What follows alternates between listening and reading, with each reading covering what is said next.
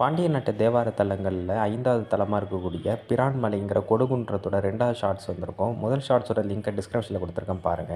இந்த கோவிலுடைய முருகன வந்து அருணகிரிநாதர் 15ஆம் நூற்றாண்டுல வழங்கியிருக்கிறார். அது மட்டும் இல்லாமல் அந்த முருகன் அருணகிரிநாதருக்கு நடன காட்சியை காட்டியிருக்கிறார். எதிர்ப்பொருது அப்படிங்கிற திருப்புகழ் பாடல்ல இத வந்து முருகப்பெருமானை நோக்கி வந்து அருணகிரிநாதர் மெய்மறந்து பாடுகிறார். தனிச்சன்னதில முருகன் இருக்கிறார். அவருக்கு எதிர்த்தாப்புல மயில் இல்லாம யானை இருக்கு. அதேமாரி இந்த மேல இருக்கக்கூடிய மங்கை பாகருக்கு எதிரில நந்தி கிடையாது. மிக முக்கியமான பாரி ஆட்சி செய்த பறம்பு மலையே இதுதான்.